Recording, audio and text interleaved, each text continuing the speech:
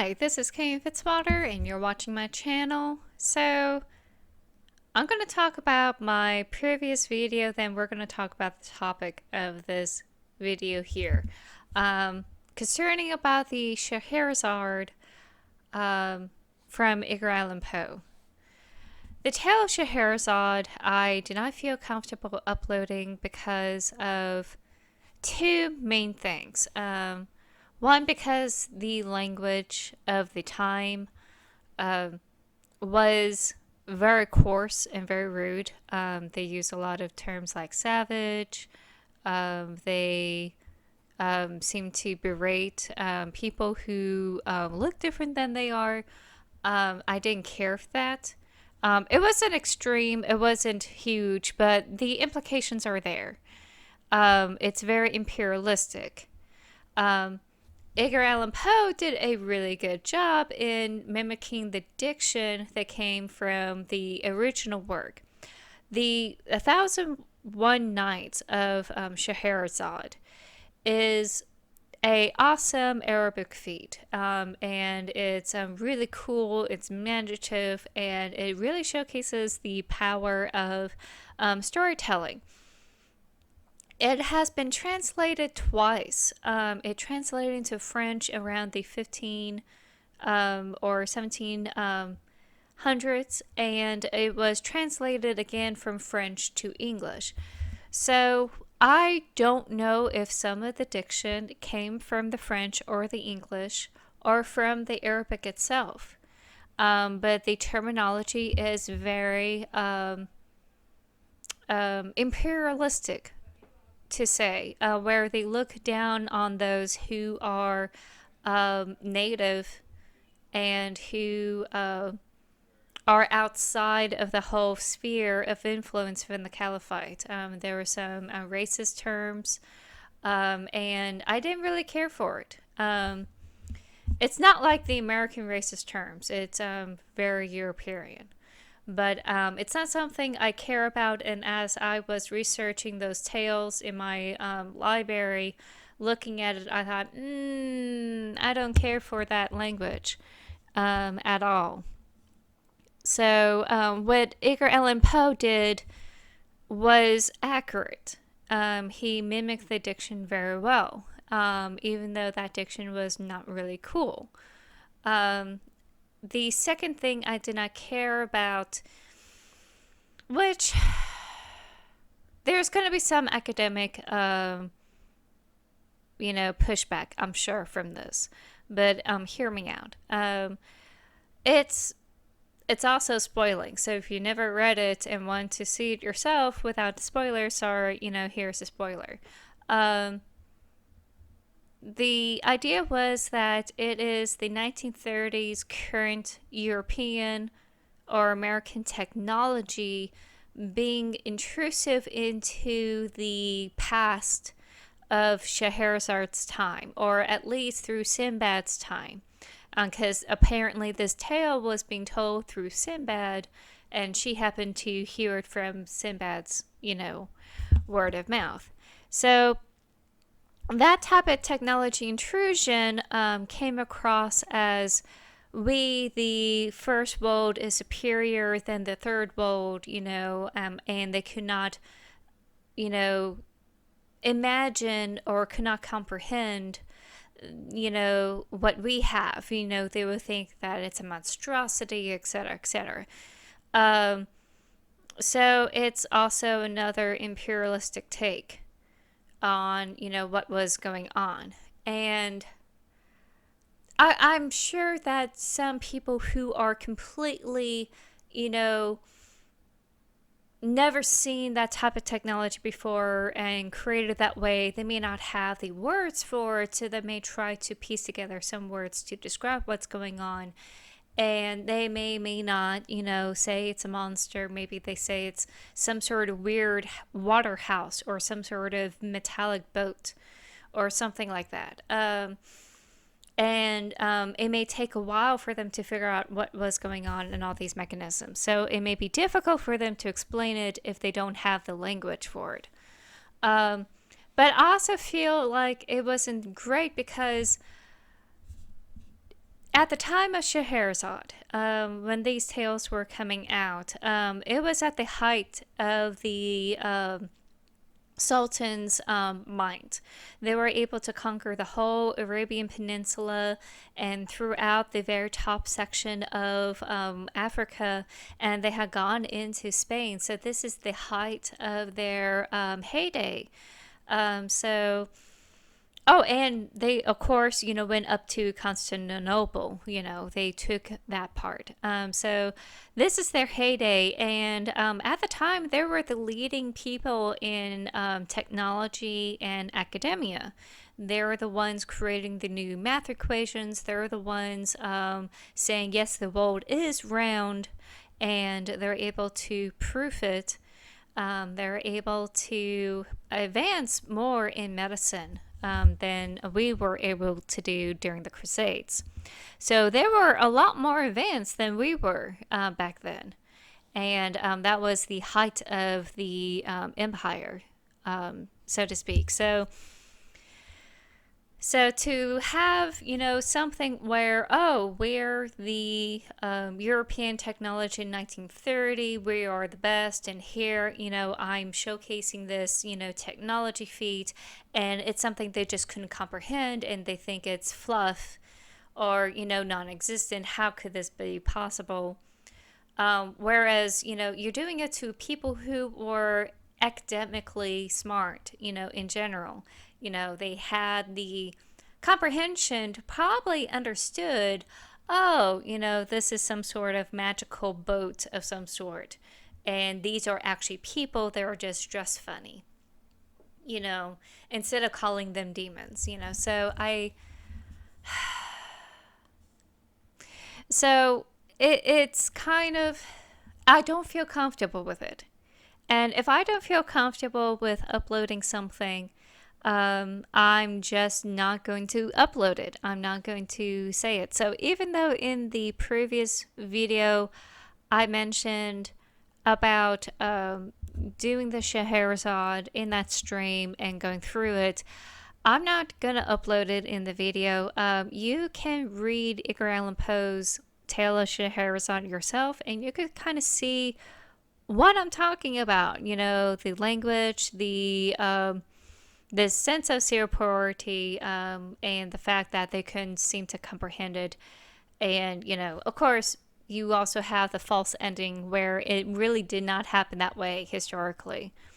From what we gather from history, she was a real person. She did continue to have children, and she lived a pretty happy life. She lived out the rest of her days. So that's enough of that stream, of that video.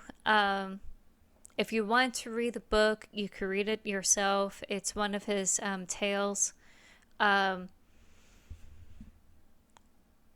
just not going to upload it. I just don't think it's cool. So we're going to move on to something else called theme. You heard about theme, but it's probably a little bit more difficult to grasp. Even I had issues with it. I grew up learning that theme is man versus man, or man versus world, or man versus God, or man versus government, or something like that. And it goes deeper than that. That's so simplistic, it's not really going to help you if you are a writer or a storyteller. What's going to help you is thinking about theme as a kind of a dynamic between the main character and the events that affects the character, and how the character pushes back on the events that occur. So it's a balance between plot and character and how they interact. It's no different than yin and yang. There's a push and pull. There's a push and pull between character and plot. So you have this static character that stays in rest, wants to be in rest in this stationary mode. And then you have plot interfere and pushes them out of their comfort zone. There's a lot going on with this character as they're being pushed out. into this unknown, and then they have to deal with the events that occur. As they're being pushed around throughout the half of the book, or half of the story, they're starting to change within themselves. This change is what we call theme, this journey that they're having within. And they start questioning about themselves, questioning about why they were stationary in the first place. They start questioning about their original identity, whether that is going to hold up with the events that's occurring. And the quick answer is no, it's not. It's not going to work. And you have this character eventually decides to grow out of the shell and take on a new identity, this new form of themselves, and push back against the plot that's going on and be able to take control of the story and ultimately kill their old identity and become this new character. So you see this in the Anakin Skywalker has to kill his Jedi self to be this amazing Darth Vader that we all know. He has to go through that type of terrible transition. We see Luke Skywalker come from a farm boy and becoming a Jedi. We saw other themes that are occurring that's just a little bit more than identity. Like Peter Quill, he wants to be Star-Lord. He wants to have this fame and have this name. This is the identity he's trying to grasp. Well, he's having a hard time doing it by himself. And because of him trying to go at it alone, he's only going to be Peter Quill. He's never going to be learned as Star-Lord.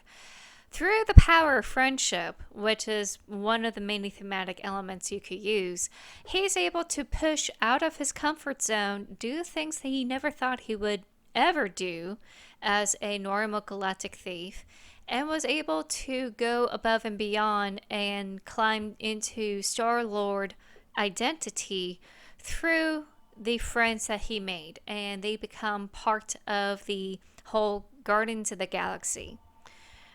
So this sense of identity from being Peter Quill, owning a galactic thief, taking their hand of friendship and become this amazing Star-Lord, and even more amazing, the part of the Guardians of the Galaxy.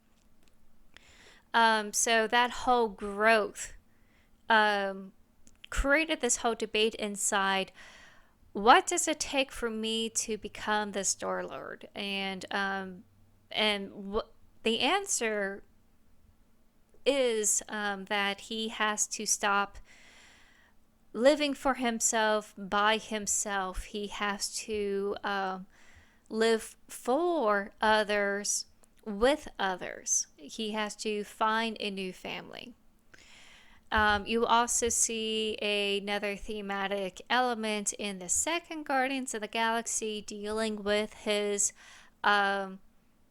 the sense of purpose in his life and trying to find family, this time through his father that he never had seen before. He only heard about his father, and there had been hints that he's more than just a human. So somehow there may be some sort of galactic father out there somewhere he's never seen. And all of a sudden his father showed up. So as you watch this movie, you start seeing these thematic elements of legacy, progeny. You're talking about being racially superior, this whole of true blood elements. It's very fascist in that sense, or very Nazi in that sense, that you have this superior, mindset, and you must continue on this superiority through the bloodlines. And Peter Quill eventually at the end's like, no, Me wanting to have a dad having a purpose in life is less than the lives of these people. These people around this whole galaxy, this whole universe, are not superior than me, and I'm okay with that. I'm okay just being at their level. Which is greatly in contrast to the first movie, where you see him raise the ranks, where he was pushed like superior to these people in a way, where he became this hero status. They are the guardians of the galaxy that go around, do odd jobs to protect and serve in a way. So long you have the coin for it, they protect and serve. Um, Here, Peter Quill is like, I'm cool just being normal, just being a normal Joe in a galaxy because, you know, I'm worth saving. Everyone is worth saving. You have, your own place in this universe. No matter who you are, I don't have to see you to know that you are important. So that was really cool. So if you want to learn more about theme just by osmosis, you could watch these two movies and come to your own conclusions yourself. It's very strong, it's very thematic, and it's pretty easy to, go with. So I recommend watching those two movies. Um, let's see what time we have. Okay, so theme is about growing out of your shell and moving on to a greater sense of purpose. And though I use examples that are heroic or villainous, you could also do it in a real life scenario. Well, almost real life scenario. In speculative fiction, you have a movie called Gravity. The thematics of Gravity is that in order to overcome space, you have to have the will to live. In order to overcome tragedy, you have to survive, fight to survive, and you have to have purpose. You have to have life.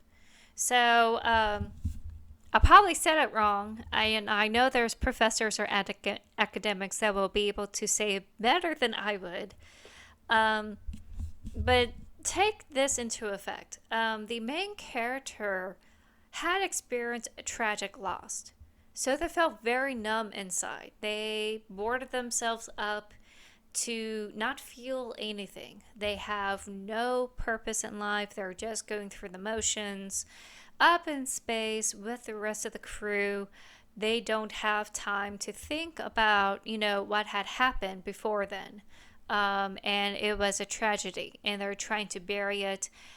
And as they're burying that tragedy and trying to put it past them, they become numb, like space. Space is cold, it's very numbing, it's also deadly. So that void that's within them, they're inside that void as they're going through space.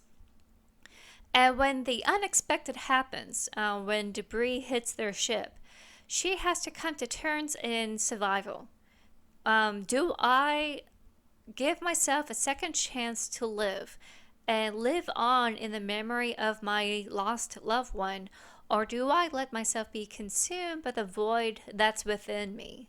So that is the whole thematic premise of Gravity. It is just as complicated or as simple as you want it to be. So it doesn't have to be